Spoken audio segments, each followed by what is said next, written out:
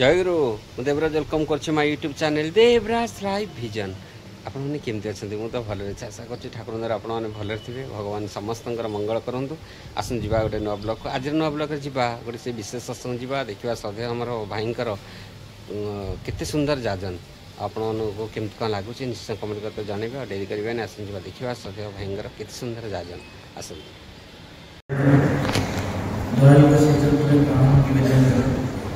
ये सान भाई बहुत सुंदर भाव कहते कि व्यक्ति चरित्रता सत्संग आसिया पर कि प्रकार परिवर्तन हो न था विन्यास होता है से कथा भाई अति सहज सरल भाव कहते देखा जाए ठाकुर को पचरा जाए कि दयाल आपन तो अनेक किसी करुँच जगत जीवन में आपण जगत रे मिराकिल किसी देखुना श्री श्री ठाकुर कहते तुम्हें जे मो पाखे आसिक बसीच या अधिक मिराकल को कौन कहीपर आम जीवन को जब देखा आम मैंने हुए तो आजिका समय रविवार सन्धार हुए तो कौटी फिल्म हल कि कौन जगह मौज मजलिस व्यस्त थी पार कि बर्तमान समय ठाकुर को धरिक सत्संग अभिमुखी होता देखा जाए आम निज सत्ता को भल पाइबा आरंभ कर श्री श्री ठाकुर पाखक जड़े भाई आसिक विनयर संख्या पचार श्री श्री ठाकुर अति सहज भाव कहते विनय भाव माने विनीत भाव नहीं आसवा ये आपण विनीत अनुरोध करी घरे घरे जाकि केन्द्र केन्द्र बुलिकी प्रत्येक भाई माँ मान फोन कर माँ मैंने भाई मैंने समस्त को विनीतर सहित एकाग्र करटा ही आम भर विनय स्वभाव को दर्शाए। ये उत्सव होची समस्ते आम आसिक बसे नगर कीर्तन सकाल प्रातरु उषा प्रार्थना है माँ मान हूँ मातृ समावेश नहीं पारे ये कीर्तन होता किसी समय पूर्व भजन आसर था या पुणी आनंद बजार व्यवस्था रही ताने कौन उत्सव उद्देश्य केवल ये कि आम आसिक गोटे रविवार काटिक जावारी ता किंतु नुहे जदि आम दयालु आखि को अनेक देखा ताहले पाइबा ता भितर अनेक किछि आशा उंकी मारुछि अनेक किछि आम मानकर आशा होछि ठाकुर सबले एटा कहथले मु मनीष परि मनीषते पाइलेबी मु चाहे तुम मानक दुख दरिद्र भितर शांति देवा पाई आ ता भितर तुमे जेपरि पुनि से सुना भलिया चकचक करि उठो श्री श्री ठाकुर कहउछथि तुम मानकर सुख शांति आनंद उन्नतिर जीवन छड़ा मु आउ किछि चाहे ना सेठी पई मते जति के बदमाश भी कहू चाहे ताहले भी सहवा राजी अच्छे पुणी आउ थे कहते एत सब देला जदि तुम्हें से सब निज जीवन में प्रतिपादित न कर ताहले मुझे तुम से निर्बोध पिता यू को बुझे लगे केते जन्मर आज आम जो बापा माँ पाइचे जो परिवेश पाइचे जो अवस्था भी अच्छे केते जन्म जे दयाल आमको चाह बसती सत्संग आम शुणीचे कि श्री श्री ठाकुर जो सत्संग थे से अनेक किसी आत्मा मैंने आसिक विनीत नवेदन करुले कि दयाल आमको भी आउ थे धरा पृष्ठ को आसिक जन्म नेवाई सुजोग दिंतु आम आसिक आपणकर कर्म लिप्त रहू ता भर हुए तो अनेक किसी आम मान भर भी ठियाई पारती कहबार उद्देश्य या आज आम जब देखा ये सान भाई कहते कि अनेक किसी पूजा पद्धति आज पवित्र बड़ एकादशी अनेक माँ मैंने हूँ उपवास रखिथे अनेक भाई मैंने हूँ तो व्रत परिपालित करुवे अनेक किसी मु सेवायत परिवार आसुच्छी मंदिर में अनेक किसी पूजा व्रत रही किंतु सबू भितर देखा गले आजिका समय आप देखिए गोटे आजिका समय ट्रेंड हो जाइए व्हाट्सएप स्टाटस देखिए प्रति 15 दिन में प्रति 7 दिन में RIP रिप लेखा है गोटे फटो आसवा यहाँ कि बंद होनी आपने देखो यहाँ कौन गोटे ट्रेंड हो गलानी कि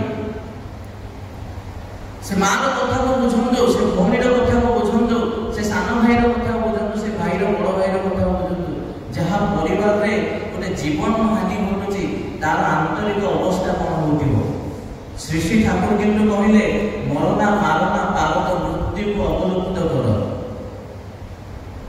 ठाकुर से भाई मित्र चिंता करते कहते नाम जदि किए करे भर जो चेतना ଜାଗ୍ରତ ହୁଏ ସେ ଚେତନା କୁଆଡ଼େ ତାକୁ ବୁଦ୍ଧି ବିପର୍ଯ୍ୟୟରୁ ରକ୍ଷା କରେ। ଆଉ ଏଇ ଯୋଉ ଦୀକ୍ଷାତା କଥା ଭାଇ କହୁଥିଲେ, ଏଇ ଦୀକ୍ଷାତା ଦକ୍ଷ କରିକଲେ ମଣିଷକୁ କୋଉ ଦିଗରୁ ଦକ୍ଷ କରେ ସେଇଟା ଆମେ ପ୍ରତ୍ୟେକର ଜୀବନରେ ପ୍ରତ୍ୟେକର ଅନୁଭୂତି କିନ୍ତୁ ଅଲଗା ଅଲଗା। ଶ୍ରୀ ଶ୍ରୀ ଠାକୁରଙ୍କ ପାଖକୁ ଯେଉଁମାନେ ଆସୁଛନ୍ତି, କିଏ ହୁଏତ ମୁଠେ ଚାଉଳ ଦେଇଛି, ସିଏ ହୁଏତ ଅଜସ୍ର ସମ୍ପତ୍ତିର ଅଧିକାରୀ ହେଇଛି, ଅନେକ କିଛି ଗୋଦାମର ଅଧିକାରୀ ହେଇଛି। ଶ୍ରୀ ଶ୍ରୀ ଠାକୁରଙ୍କ ପାଖକୁ ଜଣେ ଅଭାବ ଅସୁବିଧାର କଥା ନେଇକି ଆସୁଛନ୍ତି, ଠାକୁର ତାଙ୍କୁ କହୁଛନ୍ତି କିରୋସିନର ବ୍ୟବସାୟ କରିବା ପାଇଁ। ଏ ଘଟଣା ଆମେ ଅନେକ ଥର ଶୁଣିଛେ, ତାକୁ ମୁଁ ଅଧିକ ଲମ୍ବେଇବା ପାଇଁ ଚାହିଁବିନି। ଯେତେବେଳେ ସେ ଭାଇ କିରୋସିନର ବେପାର ଆରମ୍ଭ କରୁଛନ୍ତି, ଦେଖୁଛନ୍ତି ଠାକୁର ତାଙ୍କୁ ଏଇଟା ନିର୍ଦ୍ଦେଶ କରୁଛନ୍ତି କି ଯେତିକିରେ କିଣିବୁ ସେତିକିରେ ହିଁ ବିକ୍ରି କରିବୁ।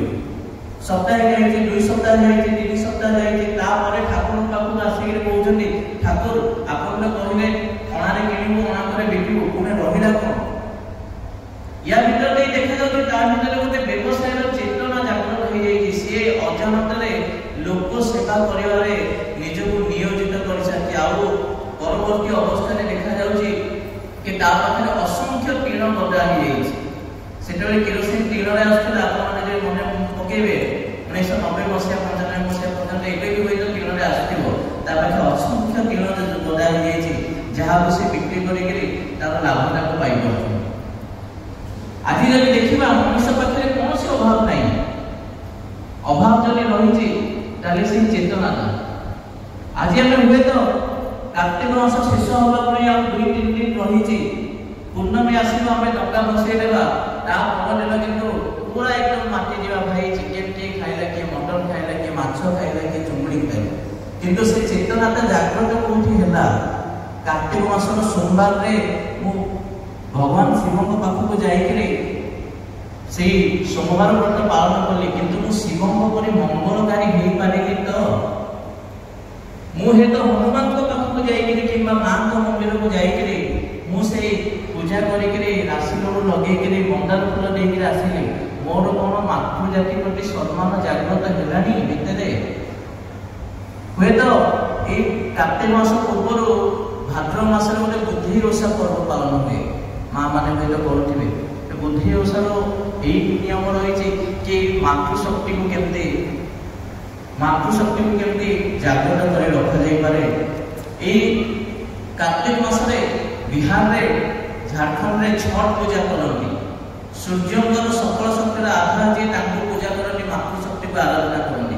କିନ୍ତୁ ଦେଖାଯାଏ ନା କାହା ଭିତରେ ସେଇ ୟୁନିଟିର ଭାବ। ଆଜି ଯଦି ଆମର ଏଇ ହିନ୍ଦୁ ସମାଜ ଭିତରେ ଦେଖିବା, ଅନେକ କିଛି ଅଜ୍ଞାନତା ଯୋଗୁଁ, ଯୋଉଟା ଭାଇ କହୁଥିଲେ, ଅନେକ କିଛି ଅଜ୍ଞାନତା ଯୋଗୁଁ ଆମେ କିନ୍ତୁ ଜୀବନର ପ୍ରକୃତ ସ୍ୱାଦତା ପାଇପାରୁନୁ।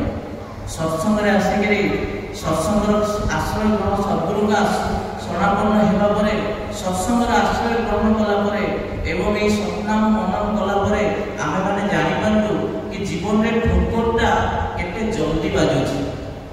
ଜଣେ ହୁଏତ ସାଧାରଣ ପରିବାର, ସାଧାରଣ ଭାଇ ହୁଏତ ଯଦି 10 ଥର ଭୁଲ କରିକିରି ଠୋକର ପାଉଛି, ଜଣେ ସାଧାରଣ ଗୁରୁ ଭାଇ ହୁଏତ 3 ଥରରେ ଠୋକର ପାଇକିରି ତାକୁ ଫେରି ଆସିପାରୁଛି। କିଏ ହୁଏତ ଜଣେ ସ୍ୱସ୍ତୈକଧାରୀ ଗୁରୁ ଭାଇ, ତାକୁ ହୁଏତ ଗୋଟେ ଥର ଠୋକର କି ଅନ୍ୟ କାହାର ଗୋଟେ ଭୁଲଟାକୁ ଦେଖିକିରି ସେ ସେଥିରୁ ନିଜକୁ ନିବୃତ୍ତ କରାଇ ପାରୁଛି। এইটা সেইপাই ହେଇପାରୁଛି କାହିଁକି ନା ଆମେ ଯେତେବେଳେ ସତ୍ସଙ୍ଗ ଅନେକ ଦେଖିଲୁ, ମୋର ଜୀବନରେ ମାଉସୀ ମା ସତ୍ସଙ୍ଗରେ ଯେତେବେଳେ ଦୀକ୍ଷା ନେଲି ସେତେବେଳେ ପରିବାରର ଅବସ୍ଥା ଟିକେ ଖରାପ ଥାଏ, ସନ୍ଧ୍ୟାବେଳେ ଭୋକ ହୁଏ, ସେମିତି କିଛି ନଥାଏ ଖାଇବା ପାଇଁ। ସତ୍ସଙ୍ଗ ଏଇଥିପାଇଁ ଆମେ ଯିବା ଆରମ୍ଭ କଲୁ, ବହୁତ ବଢିଆ ମାଲପୁଆ ବୁଲେଇନା ଆଣୁଥିଲେ, ଆମେ ଯାଇକି ଟିକେ ସତ୍ସଙ୍ଗରେ ଭୋଗଟା ଭଲ ମିଳେ। ୟା ଭିତରେ ଟିକେ ଯେତେବେଳେ ସତ୍ୟାନ୍ୱେଷଣ ଆଲୋଚନା ହେଲା, ଆମେ ଜାଣିଲୁ ଯେ ଜୀବନରେ ପ୍ରଥମ ଜିନିଷ ହେଉଛି ବ୍ୟକ୍ତିଗତ ଚରିତ୍ର, ବ୍ୟକ୍ତି ଜୀବନଟାକୁ ସୁଧାରିବା। ଆଉ ତା ପାଇଁ ଦରକାର ପଡ଼ିଲା କି ଆମକୁ କେମିତି ମାନେ ଚରିତ୍ରକୁ ସୁଧାରିବା, ଦୁର୍ବଳତା ବିରୁଦ୍ଧରେ ଯୁଦ୍ଧ କରିବା।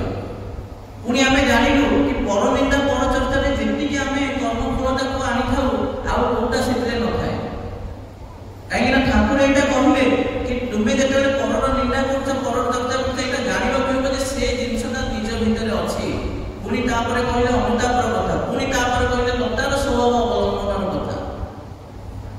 ଭାବନ୍ତୁ, ଏଇ ଯେ ମାଉସୀ ସତ୍ସଙ୍ଗ ସହିତ ଯୋଡ଼ି ନ ହୋଇଥିଲେ ଆମେ ଏଇ ସତ୍ୟାନ୍ୱେଷଣଟା ଆମ ପାଇଁ କେବଳ ଗୋଟେ ସତ୍ୟାନୁପଥନ ସମ୍ପन्न ହେଇକି ହୁଏତ ରହିଯାଇ ପାରିଥାନ୍ତା।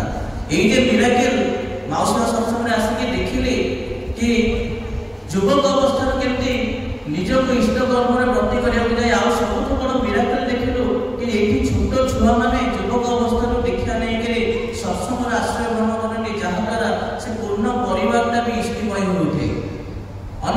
ଅନେକ ଦିନରୁ ଦେଖି ଆସୁଥିଲି ଘରେ ମାନବସାର ଆସର ବହୁତ ବଢ଼ିଆରେ ଏକଦମ ଝୁଣ୍ଟି ଚିତା ହେଉଛି, କିନ୍ତୁ ମାଆର ତ କାହିଁକି ସେଇ ଦେହ ଖରାପଟା ଯାଉନି। ଠାକୁରଙ୍କ ପାଖକୁ ଆସିକି ଜାଣିଲେ କି ଯଦି ଘରେ ରାତ୍ରିରେ ଖାଇବା ପରେ ଯଦି ବାସନ ନ ଧୋଇକିରି ରଖାଯାଏ, ସେ ବ୍ୟାକ୍ଟେରିଆଟା ପୂର୍ଣ୍ଣ ମାତ୍ରାରେ ଘରେ ସ୍ପ୍ରେଡ୍ ହେଇକିରି ଚର୍ମ ରୋଗ ହେବା ଆରମ୍ଭ କରେ। ଚର୍ମ ରୋଗରେ ଯେତେବେଳେ ଆକ୍ରାନ୍ତ ହଉ ଆମେ, ଯେତେବେଳେ ଆମେ ନିଜେ ହାତ ମାରୁ ହାତ ନଧୋଉ, ସେଇଟା ଯେତେବେଳେ ପେଟକୁ ଯାଏ ସେ ପେଟ ରୋଗ ବି କରିବା ଆରମ୍ଭ କରେ। ଶ୍ରୀ ଶ୍ରୀ ଠାକୁରଙ୍କ ପାଖକୁ ଆସିକି ଜାଣିଲୁ କି ୟାର ନିବୃତ୍ତ କେମିତି କରାଯାଇପାରେ। ଯେତେବେଳେ ସ୍ୱାସ୍ଥ୍ୟ ଓ ସଦାଚାରର ବହି ପଢିଲୁ ସେତେବେଳେ ଜାଣିଲୁ କି ବେଡ୍ର ବେଡସିଟ୍ଟା କିନ୍ତୁ ଅଲଗା ହେବା ଦରକାର। ମୁଁ ଯଦି ଗୋଟେ ସାର୍ଟ ପିନ୍ଧୁଛି ସେଇଟା ସାନ ଭାଇ ନ ପିନ୍ଧିବା ଦରକାର। ସାନ ଭାଇ ଯେଉଁ ସାର୍ଟଟା ପିନ୍ଧେ ସେଥିରେ ଝାଳ ଲାଗିଛି ବୋଲି ସେଇଟା ଆଉ କେହି ନ ପିନ୍ଧିବା ଦରକାର। ୟା ଭିତରେ ଦେଇ ଏଇସବୁ ଜିନିଷ କିନ୍ତୁ ପୂର୍ବରୁ ଆସିନି କାହାର। ଏଇ ଯେ ଭିତରେ ସତ୍ନାମଟା ଯିଏ ମନନ କରେ, ଅଜାଣତରେ ତା ଭିତରେ ଏଇ ଚେତନାଟା ଜାଗ୍ରତ ହୁଏ। ଏଇ ତ ସାଧନା କଥା ଆଜ୍ଞା।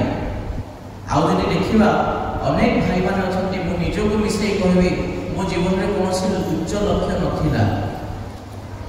ଠାକୁରଙ୍କୁ ଧରିକିରି ଜାଣିବାକୁ ପାଇଲୁ କି ଏଠି ପୂଜ୍ୟ ନରେନ୍ଦ୍ରଙ୍କ କଥା ଯେତେବେଳେ ଜାଣିଲୁ, ଆମେ ତ ତାଙ୍କୁ ସ୍ୱଚକ୍ଷୁରେ ଦେଖିବାର ସୁଯୋଗ ସେତେଟା ପାଇଲୁ କି ତାଙ୍କଠୁ ଜାଣିଲୁ, କିନ୍ତୁ ଏତେ କିଛି ଅଭାବ ଅନଦାନ ଭିତରେ ବି, ଏତେ କିଛି ଚ୍ୟାଲେଞ୍ଜ ଭିତରେ ବି ସେ କିନ୍ତୁ ତାଙ୍କ ଜୀବନରେ ଗୋଟେ ଲକ୍ଷ୍ୟ ଥିଲା, ଭାଇ ମୁଁ ଇଷ୍ଟଙ୍କୁ ପ୍ରତିଷ୍ଠା କରିବି। ଆଜି ହୁଏତ ମରଣଟା ଗୋଟେ ସତ୍ୟ, ଆଉ ସମସ୍ତେ ମରଣ ଆଣିକି ଯାଆନ୍ତି। ଆଜି ଆମେ ଅଛୁ, ହୁଏତ କାଲି 50 ବର୍ଷ ପରେ ହୁଏତ ଆମେ ନଥିବା। ଆଜି ଆମର ବାପା ମା ଅଛନ୍ତି, କାଲି ହୁଏତ ସେ ନଥିବେ, ଜେଜେବାପା ଥିଲେ ସେ ନାହାନ୍ତି। କିନ୍ତୁ ଜଣେ ବ୍ୟକ୍ତି ଚରିତ୍ର ଦେଖିଲେ ଯାହା ପାଇଁ ଆଜି ହଜାର ହଜାର ପୁଅ ଶ୍ରାଦ୍ଧ ନିବେଦନ କରୁଛନ୍ତି ତାଙ୍କର ଶ୍ରାଦ୍ଧ ଦିବସରେ, এইটাକୁ ଦେଖି ଲାଗେ କି ଇଷ୍ଟ କର୍ମ ଭିତରେ ପାୱାରଟା କଣ। ପ୍ରଥମ ଥର ଯେତେବେଳେ ସେ ଶ୍ରାଦ୍ଧ ଦିବସରେ ଭାଇମାନେ ଗୁଣ କୀର୍ତ୍ତନ କରୁଥିଲେ ଦାଦାଙ୍କର, ନିଜ ଭିତରେ ବି ଗୋଟେ ଅଜାଣତରେ କେମିତି ବ୍ୟକ୍ତି ଚରିତ୍ରକୁ ଗଢ଼ିବାର ଗୋଟେ କ୍ଷୁଧା ଜାଗ୍ରତ ହେଲା। ଦୟାଳୁଙ୍କ ପାଖରେ କୌଣସି ପ୍ରାର୍ଥନା ଅକାରଣ ଯାଏନି। ବହୁତ ଭାଇମାନେ କହିଲେ କି ଭୁବନେଶ୍ୱରରେ ଭିତରେ ରହିକିରି ଇଷ୍ଟକର୍ମ କରିବାର ଅଛି, ଏଇଠି ହିଁ ଜୀବନ ଯାପନ କରିବାର ଅଛି। ମନରେ ଗୋଟେ ଦ୍ୱନ୍ଦ୍ୱ ଆସିଲା କି ଭୁବନେଶ୍ୱରରେ ରହିବି ନା ବାହାରକୁ ଯାଇକି ନିଜର ଗୁଜୁରାଣ ମେଣ୍ଟେଇବି। ସେଦିନ ସତ୍ୟାନ୍ୱେଷଣ ସତ୍ସଙ୍ଗ ଆସିଛି। ସତ୍ସଙ୍ଗରେ ଠାକୁରଙ୍କର ଜୀବନୀ ଆଲୋଚନା ହେଉଛି। ଠାକୁରଙ୍କ ପାଖରେ ଦେବୀ ପ୍ରସାଦ ମୁଖୋପାଧ୍ୟାୟଙ୍କର କଥା ପଢିଛି। ଦେବୀଟା ଆସିକି ପଚାରୁଛନ୍ତି, ଶ୍ରୀ ଶ୍ରୀ ଠାକୁର, ଗୋଟେ ବର୍ମାର ସେ ସମୟରେ ଯୁଦ୍ଧ ପରିସ୍ଥିତି ଜାଗ୍ରତ ହେଇଛି। ଜଣେ ଭାଇ ଲେଖିଛନ୍ତି କି ଠାକୁର ଏଇ ଅବସ୍ଥାରେ ମତେ କୋଉଠି ରହିବାଟା ଠିକ ହେବ। ଶ୍ରୀ ଶ୍ରୀ ଠାକୁର ନିଜ ପାଦ ଆଡ଼ିକି ଅନଉଛନ୍ତି, ଇଙ୍ଗିତ କରୁଛନ୍ତି। ସମସ୍ତେ ଭାବୁଛନ୍ତି ବୋଧେ ଠାକୁର ତ ଦେଓଘରେ ଅଛନ୍ତି, ଦେଓଘରେ ଆସିକି ରହିଲେ ହୁଏତ ମାନେ ସୁରକ୍ଷିତ ହେଇଯିବ। ପୁଣି ଆଉ ଗୋଟେ ଘଟଣାରେ ଦେଖିବା ପାଇଁ ପାଇଲି, ଜଣେ ୟୁରୋପିଆନ ଭକ୍ତ ଯେତେବେଳେ ଶ୍ରୀ ଶ୍ରୀ ଠାକୁରଙ୍କ ପାଖକୁ ଆସି କହୁଥିଲେ, ଠାକୁର ଆପଣ ଏତେ ଯେ ହଜାର ହଜାର ମାରି ଦେଲେ, ଆପଣଙ୍କର ଜୀବନୀ ଏତେ ସବୁ ଭିତରେ ମୁଁ ଏଇଠୁ ୟୁରୋପକୁ କଣ ନେଇକିରି ଯିବି। ଶ୍ରୀ ଶ୍ରୀ ଠାକୁର ତାଙ୍କ 13ଟି ଶବ୍ଦରେ କହୁଛନ୍ତି, ବି କନସେଣ୍ଟ୍ରେଟ୍, ସୁକେନ୍ଦ୍ରିକ ହୁଅ। ସୁକେନ୍ଦ୍ରିକର ମାନେ ଏଇଆ ଯେ ଜୀବନରେ ମୁଁ ଯେତେବେଳେ ମଠାରେ ତାଙ୍କୁ ନେଇକିରି ଚାଲୁଛି, 24 ଘଣ୍ଟାରୁ 24 ଘଣ୍ଟା ସେ ମୋତେ ଦିଗ୍ଦର୍ଶନ କରୁଛନ୍ତି, ମୋର ବୁଦ୍ଧି ବିପର୍ଯ୍ୟୟରେ ସେ ମୋତେ ସହାୟ ହେଉଛନ୍ତି। ୟା ପରେ ଯେତେବେଳେ ବାହାରକୁ ଚାକିରି ହେବାର ସୁଯୋଗ ଆସିଛି, ଟିକେ ମନରେ ସଂଖ୍ୟା ଭିତରେ ମୁଁ ବଡ଼ ଭାଇଙ୍କ ମାଧ୍ୟମରେ ପୂଜନୀୟ ସୁଭଦାଙ୍କୁ ଯେତେବେଳେ ନିବେଦନ କଲି, ସୁଭଦା ଗୋଟେ କଥା କହିଲେ କି ସେଠି ଯେଉଁଠିକି ଯିବ ସେଠି ଇଷ୍ଟକର୍ମ ଅପେକ୍ଷା କରିକିରି ବସିଛି। ଆଉ ଦୟାଲ ଏଭଳିଆ ଗୋଟେ ଜାଗାରେ ପକେଇଲେ ଯେଉଁଠି ଜଣେ 2 ଜଣ ଗୁରୁ ଭାଇ ଥିଲେ, ଆଜି ଦୟାଲଙ୍କ କୃପାରୁ ସେଠି ପ୍ରାୟ 500ରୁ ଅଧିକ ଗୁରୁ ଭାଇ ମାନେ ମିଳିତ ହେଇକିରି ଅନେକ ଦୀକ୍ଷା ହୁଏ। ଭାଇମାନେ ଯାଇକିରି ସେଠି ଉତ୍ସବ ଆରମ୍ଭ କରୁ। ଆମେ ସେଠି ପୂଜନୀୟ ବିଙ୍କିଟା ଆସିକିରି ସେଠି ମନ୍ଦିର ପ୍ରତିଷ୍ଠା କରିବା ପାଇଁ ଯେତେବେଳେ କଲେ, ଭୁଲ ବଶତଃ ସେମାନେ ମତେ ଡାକିବା ଭୁଲି ଯାଇଛନ୍ତି। ବିଙ୍କିଟା ବାରମ୍ବାର କହୁଛନ୍ତି, ଆପଣ କାହା ପୂଜନକୁ ହୁଏତ ଛାଡ଼ି ଯାଇଛନ୍ତି,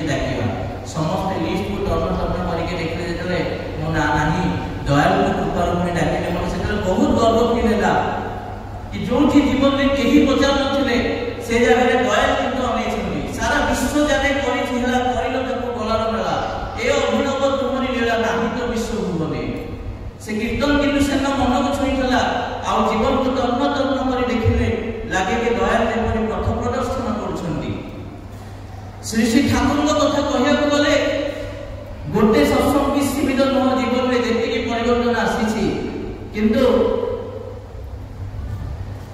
एतिकी चेष्टा करू कि जीवन प्रत्येक मुहूर्त भितर जेमति तांको कथाटा भूली न जाओ काहे कि ना ए जो भाई कहउथिले अज्ञानता आलस्य अविश्वास आत्मश्लाघा अकृतज्ञता ए भीतर देखि हम भितर दारिद्र्य व्याधिता प्रवेश करे आ ताकू काटिया नै दया हमको ए व्यक्ति चरित्र रो सुधार करिया पई हमको ए जीवनटा देले जोदर हमर प्रातः काल हमर नाम ध्यान रो आरंभ होछि आमे आगे नाम ध्यान करि पारिबा नै सठिक भाबरे हुए तो कहार होउथि मोर आज पर्यंत हेई पारनी किंतु ठाकुर को पाखरे निजको बसेइबा ताको भलो पाइबा भूमि बसे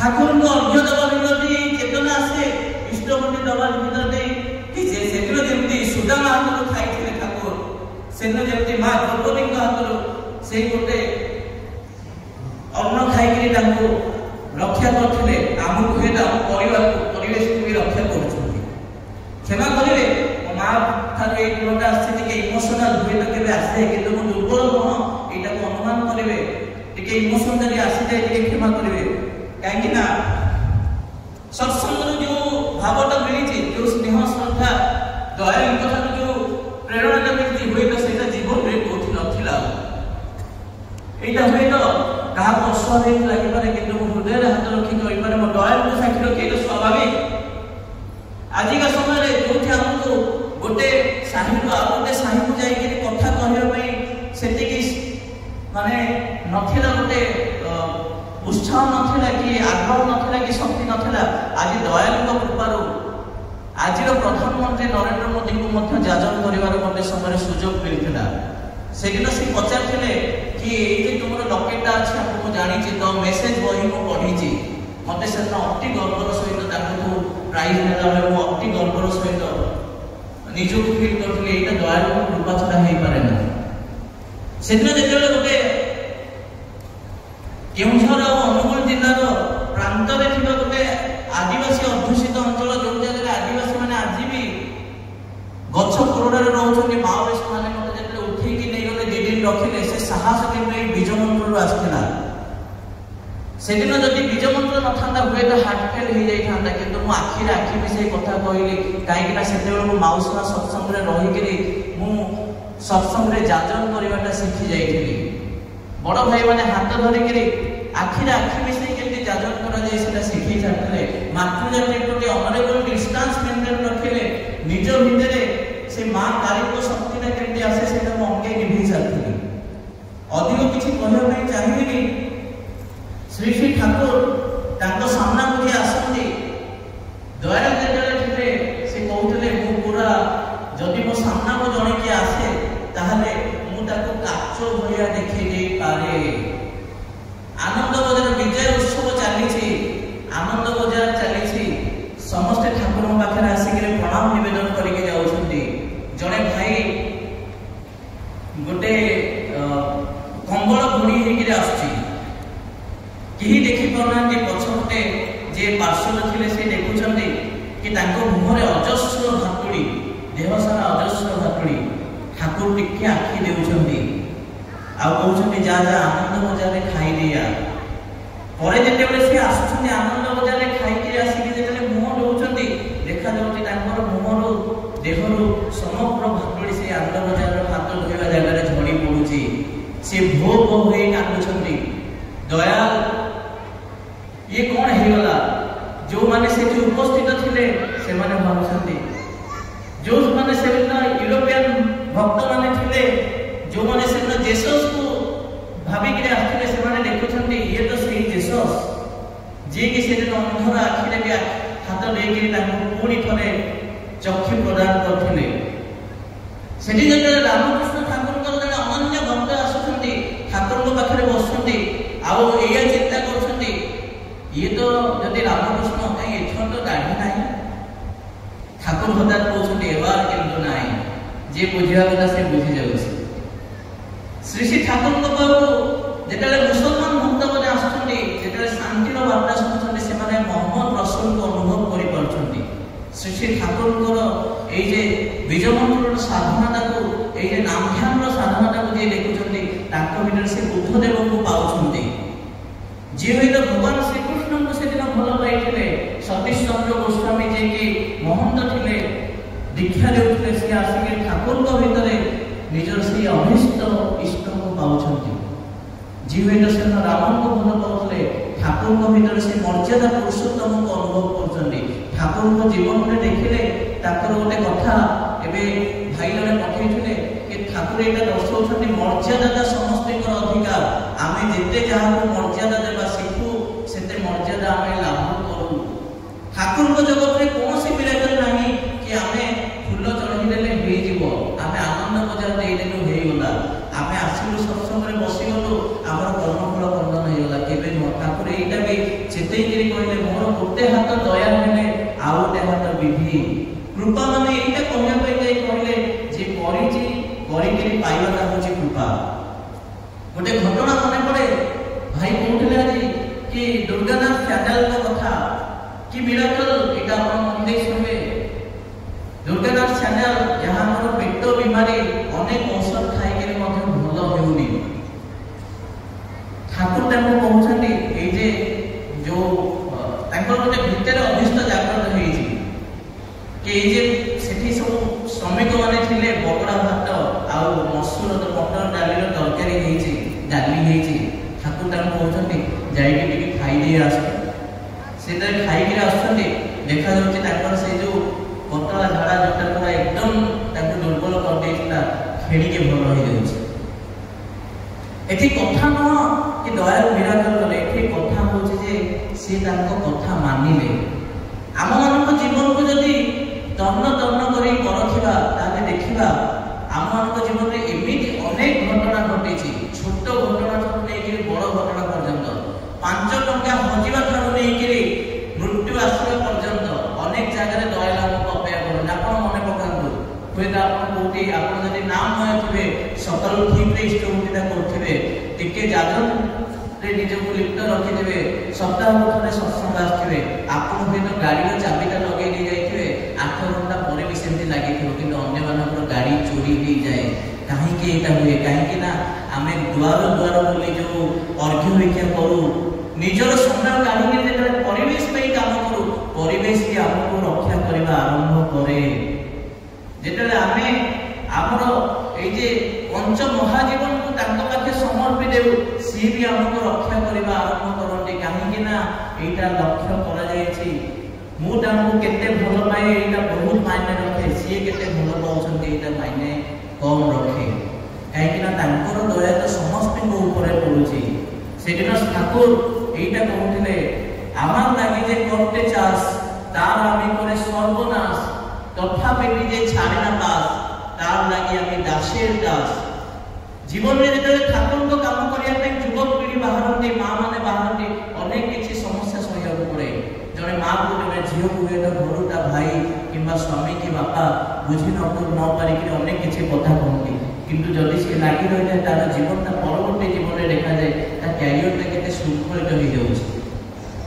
ଜଣେ ଭାଇ ହୁଏତ ପରନିନ୍ଦା ପରଚର୍ଚ୍ଚାରୁ ନିଜକୁ ଦୂରେଇକିରି ନିଜର ଉନ୍ନତି ପାଇଁ ଯେତେବେଳେ ଇଷ୍ଟକର୍ମ କରିବା ଆରମ୍ଭ କରେ, ସେତେବେଳେ ହୁଏତ ଦେଖାଯାଏ ତାକୁ ଅନେକ କିଛି ତାହିତପର ଆସୁଛି, ଅନେକ କିଛି। ସିଏ ହୁଏତ କ୍ଲାସରେ 97% ରଖୁଥିଲା, ହୁଏତ ସେ 93%କୁ ଆସିଗଲା କି 80% ଆସିଗଲା, କିନ୍ତୁ 5-10 ବର୍ଷ ପରେ ଦେଖାଯାଏ ସେଇ ଯେ ଟପ୍ପର ହେଉଥିବା ପିଲାଟା ଯାହା ଅବସ୍ଥାରେ ଅଛି ତାଠୁ କାହିଁକି 100 ଗୁଣ ଭଲ ଅବସ୍ଥାରେ ସୁଖ ଶାନ୍ତି ଆନନ୍ଦ ଉନ୍ନତି ସହିତ ପରିବେଶକୁ ସାଥିରେ ନେଇକରି କେତେ ଯେ ମଙ୍ଗଳ ସହିତ ଅଛି, ଏଇଟା ଯେ ଦୟାଳୁକୁ ଧରିକିରି ଦୟାଳୁଙ୍କ ପାଖରେ ସମର୍ପଣ କରିକିରି ନିଜକୁ ଚାଲିଛି ତାକୁ ବୁଝା ପଡେ।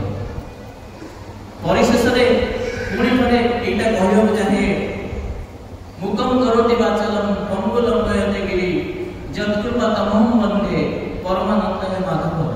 ଏଇ ଯେ କ୍ଷୁଦ୍ର ସମୟ ଭିତରେ ଯାହା ବି କହିଲି ତାର ସମ୍ପୂର୍ଣ୍ଣ ଉତ୍ତରାଧିକାରୀ ମୋର ମାଲିକ जदि किसी भूल कही क्या कष्ट देते से दायी रही पुणी थे समस्त मंगल कामना करे एठाने उपस्थित भाई श्री जयप्रकाश भाई जार परिवार शुणी से मुक्ति मंडप सहित भी जड़ित परिवार पुरीर विप्र परिवार आसुंच मौसम सत्संग आरंभ से जो दीक्षा नवा आज पर्यटन देखीचु भर अनेक किसी रिसर्च कर अनेक किसी जिज्ञासा भाव नहीं इष्टकर्म कर निजक लगे रही निष्ठाटा आम शिखिपारिछु पुणी थे नवेदन करी ये भाई मान द्वारा आयोजित वार्षिक उत्सव आम भर केमती से इष्टि चेतना जागृत हो रही पारे आम केमती आज संकल्प नहीं आगामी वर्ष उत्सव पर्यंत या आमती 100 गुण काम करके निज जीवन ठार नहीं परिवेश जीवन पर्यटन उन्नति करें सी आम आगे तुले रखिए समस्त मंगल कामना करे बंदे। आज ब्लॉग करते हम देखिले कि सदा भाई केते सुंदर जाजन आपन केमती कौन लगिला निश्चय कमेंट कर जणेबे पुणी देखा बोट ना ब्लॉग रहूची आपण मन प्रिय देवराज नमस्कार जय जगन्नाथ जय